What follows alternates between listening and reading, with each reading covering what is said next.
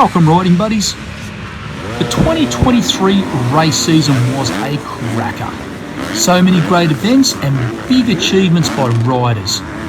My highlight is definitely Jet Lawrence showing the world that he is well and truly here. But now it's time to look forward to the 2024 season that has already started. What I would like to talk about is some of the preparations and what to do at events. As usual, I'll mainly be focused on motocross as that's what I'm mainly involved with, but a lot of these topics are for most motorcycle competition. Before we get started, make sure you subscribe to John's Motorcycle Mania. It's a proven fact that subscribing to John's Motorcycle Mania will help you understand the regulations a lot easier. If any clubs or groups would like to download this video and share around away from YouTube, that's fine with me. My main objective is to get the information out there. The first thing with any event is for everyone to have fun and enjoy being at race days. I'm not just talking about the riders. Every person involved with making the event a success is included in this list. Just remember, these people are there to make this event happen.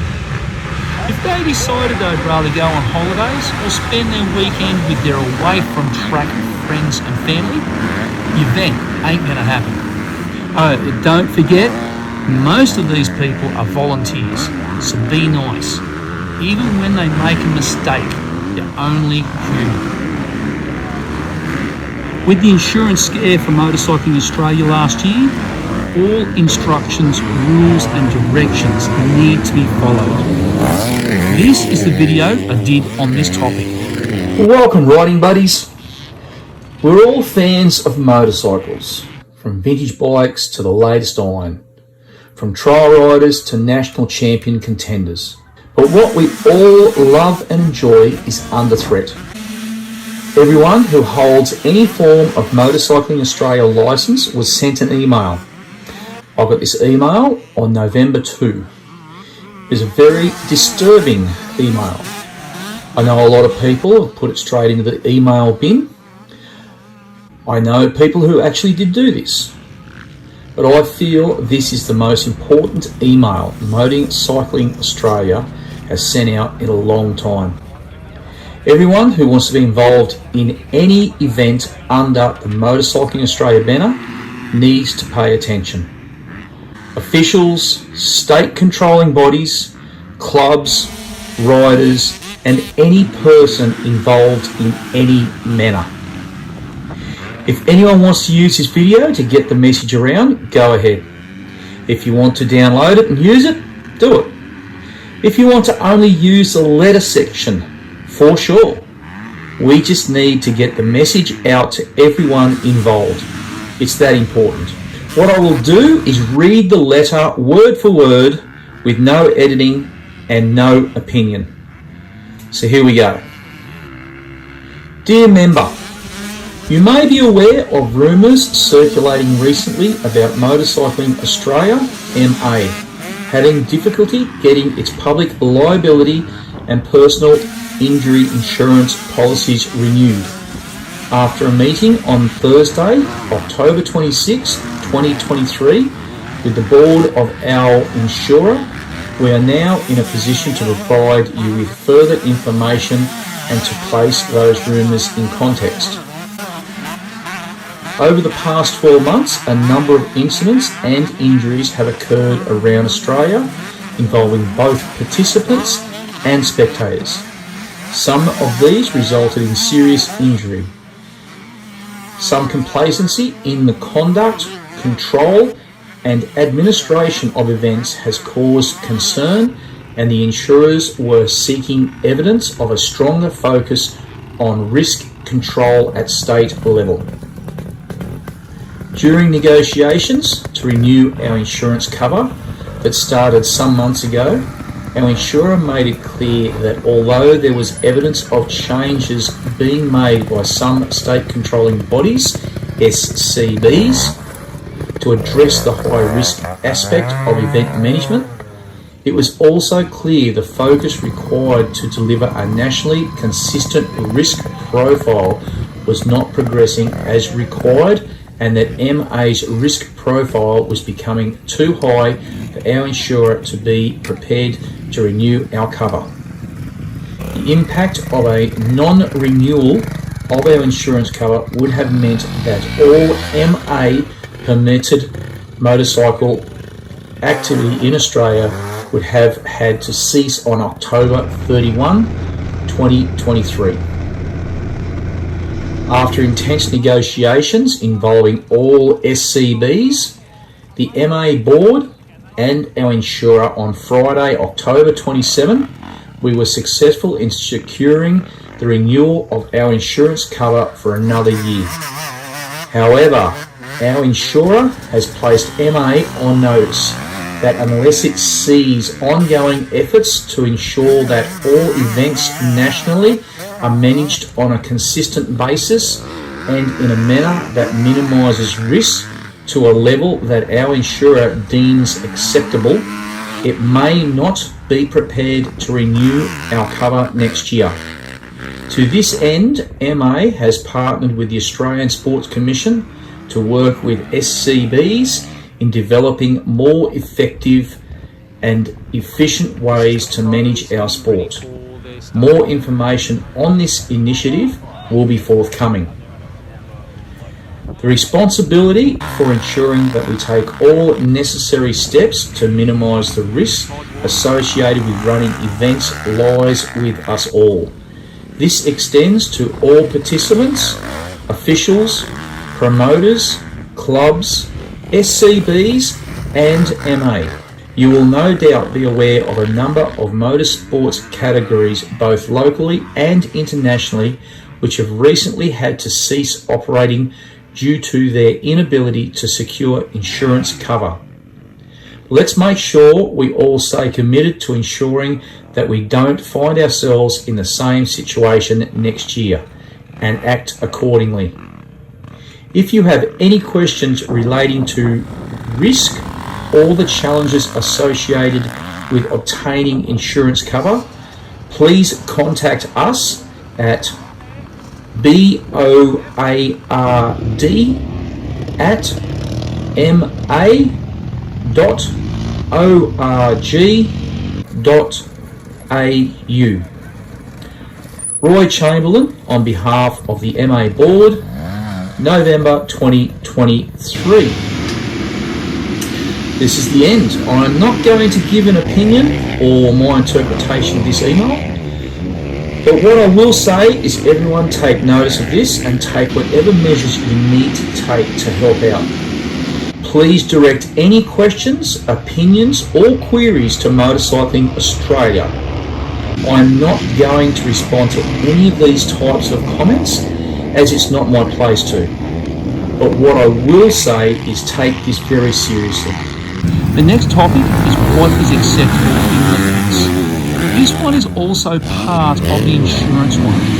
If we want our sport to go ahead, everyone needs to take these seriously. This is the short video I did on that. Supplementary regulations. Every event will have what is known as supplementary regulations, or better known as sup-regs. These have a lot of information about the event you're going to. Very simple information, such as the address of the event and who the key officials are. Then there will be important information, such as the classes you can enter, and anything special required at that event, and even prize money. Your entry forms are usually part of the sup-regs as well. You don't need to sit down and study them and know them front to back, but it is important to have a browse of them so you know if there is something different for this particular event. Final instructions. Most events will send out final instructions. These will usually be available the week leading up to that awesome weekend you're about to have. Usually final instructions could have riders lists, anything specific that may have arisen for the event, and any extra forms and information you may need. Forms like self-scrutineering if this is available. It is important to have a look through the information that is available. You don't need to memorise them, just familiarise yourself with them. Riders briefing. Riders briefing is a very important and compulsory part of your entry into an event. Some events will have a written riders briefing sent out with the final instructions as well as the face-to-face. This is the last chance for the officials to directly communicate with you about any changes that may have been made.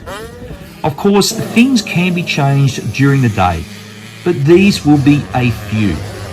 Riders briefing is also a chance for you to directly communicate with the officials about any questions or concerns you may have. There is nothing more embarrassing than being that one person who exits the track at the wrong point because you weren't at riders briefing or was not paying attention. Helmets. One very simple rule for helmets. If you're on anything from a scooter to a fire-breathing race bike, you must have a helmet correctly fitted. This means the strap must be done up. Rolling down to the start gates without the engine running and sitting side saddle does not mean you can have your helmet slung on your arm. It must be fitted. If you're allowed to double to the gates, both people must have a helmet on. Doubling is not always allowed. This can be mentioned in any of the information given to you leading up to your first time on the track. If you're unsure, ask the officials. At a lot of events, push bikes, scooters, e-bikes and pit bikes are not allowed to be ridden at all. Again, this is a topic that would usually be mentioned in the lead-up information. There have been many situations where a person doing the wrong thing has brought the day to a premature end or caused a delay. Don't embarrass yourself. If you're at that awesome event having a great time and it's fine for you to be riding a push bike or whatever with a helmet, don't be that person doing wheelies or any other stunts. You've been allowed to ride as transportation only. This is to keep everyone safe in the pit area. A basic rule for riding in the pits is if you don't have any form of Motorcycling Australia licence, don't ride a bike. Only use all the above as transport. Think of others. Speeding. While you're riding to the grid or back to your pit, it should be first gear at a close to walking pace. Autos still need to ride at walking pace. This is for the safety of everyone and in a lot of cases to try and keep dust to a minimum. The officials don't want to be doing a report for a person riding way too fast in a public area and hitting a small child. Pets. Everyone likes to have their best mate with them, but at a racetrack is not the place for them.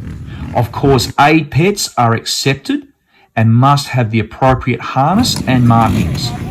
If your dog needs a sitter, arrange someone away from the venue. The rule book. There is a rule book for all disciplines of motorcycling. This is known by a couple of names: General Competition Rules, or GCRs, and Manual of Motorcycle Sport, or MOMS. It is actually very easy to find on the Motorcycling Australia's website. On John's Motorcycle Mania on YouTube, there is a video called How to Use Manual of Motorcycle Sport. In this video, you are shown how to find it and how to read it. You don't need to memorise the GCRs, but have a look at it. There is a lot of very handy information in it. Instead of asking the simple questions like what colour background do I run on my number plates, have a look at the GCRs first. As you can see, these are not rocket science. Failure not to follow the requirements laid out by the officials can result in the rider losing points or being excluded completely. If a parent or team member does not do the right thing, their rider can be penalised, or that person can be reported to the governing body for disciplinary action. No official has the time to chase up people not doing the right thing in the pits. These are not things done to ruin your day. They are to minimise the risk of injury to everyone at the event. If you see someone doing the wrong thing, bring it to the official's attention. Now your bike. Ensure your bike is in good, safe condition. If there are certain modifications required for whatever event you're going to, make sure you do them. Things like a catch can for road racing. One of the biggest issues I see at motocross events is incorrect number, background colours and incorrect numbers. I hear it all the time that it doesn't matter because they're using electronic timing. Well, it does matter. The electronic system can and does fail. The officials on the track aren't watching the timing, so they need to be able to identify each bike when it is required. They do this with the numbers and the backgrounds as well. And don't get me started on the poor commentators when the system goes down. Do whatever you want on the sticker kit for the rest of the bike, but use the correct colours for the backgrounds and numbers, and use your designated race number. So many times I've seen the same numbers on the track at the same time. This causes even more confusion. If you don't know what colours you're supposed to have, simply look them up in the rulebook. This is a video I have made on how to use the rulebook. First thing you want to do, obviously, is go to Motorcycling Australia's website. Use whichever search methods you like to use with that. Once you're in Motorcycling Australia's website, if you go down to Licence, Rules and Policies, go to Rules, General Competition Rules, click on that. This is your Manual of Motorcycle Sport, or MOMS. If you scroll down a little bit, you've got the 2021 Manual of Motorcycle Sport, you've got 2020. Save that to your desktop in whichever form or fashion you like to do it. You can view it through here. You can scroll through it and look at it. It's much better to just save it to your desktop and then start viewing it. Then you can keep it on your desktop for future reference as well. You can save it to an iPad, whatever you want to save it to. Okay, so now I've got it saved to my desktop. Just open it up. You can start scrolling down. Obviously, every computer is slightly different. On sometimes you can click on whatever page you want to go to. But first off, we'll just go down to our Manual of Motorcycle Sport, the index of it. As you can see here, you've got basically everything you're going to want to know. All the different disciplines, licensing, competition, got trials, mini Kana. So I'm going to use a pretty simple one. I want to find what coloured number plates goes onto a 13-year-old's bike in motocross. Very simple. So motocross and supercross, page 82. As I said, you can use shortcuts if they pop up, but on this it's not going to pop up. But we go down to page 82. From here, we have got whatever's in this section. Australian Championships, all the different categories for motocross and supercross, obviously. Competition classes for seniors and juniors. Your eligibility rules, general, supercross, freestyle, eligibility juniors. But we want to find number plates for juniors. So you can come down to our general rules right here, and it's page 87.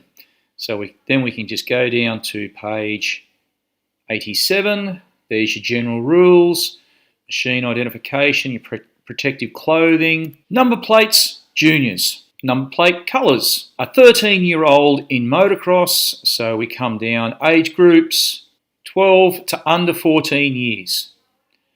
mailbox red background with white numbers. 99% of what you will want is in the MOMS, or Manual of Motorcycle Sport. This is a lot easier, trust me, than ringing Motorcycling Australia or your state controlling bodies, or contacting somebody that you think might know. And also too, this is much more accurate. Not everyone knows all the rules, especially about every discipline. Obviously, you don't need to read the book front to back. If you're doing road racing, sit down and have a scan through the road racing section. There is heaps of information. So you've got all your general competition rules, which cover pretty much every category that you'd ever want to go into. Introductions, office bearers. So there's some pretty interesting, cool stuff here as well. It tells you where you need to contact. Everything that you'll ever need to know is in here. As I said, it's just easier to have this down than contacting Motorcycling Australia or your controlling bodies. At least if you look at this, you're reading what the actual rule says. It's not that hard to operate, as you can see. Also too, you can get a hard copy of this, but the problem is the rules do change quite often during the year. So basically, once the hard copy comes out, it's actually been replaced already. So it is better to have the digital copy, and then also to update it on a regular basis to have the current version on your computer. As I said at the start, we all enjoy the sport of motorcycle competition. If we didn't, we wouldn't be at the event you're about to race. Make sure you have subscribed to John's Motorcycle Mania. Seeing as you're already here, check out that video that's popped up on the screen as well. Thanks for watching, and catch you next time.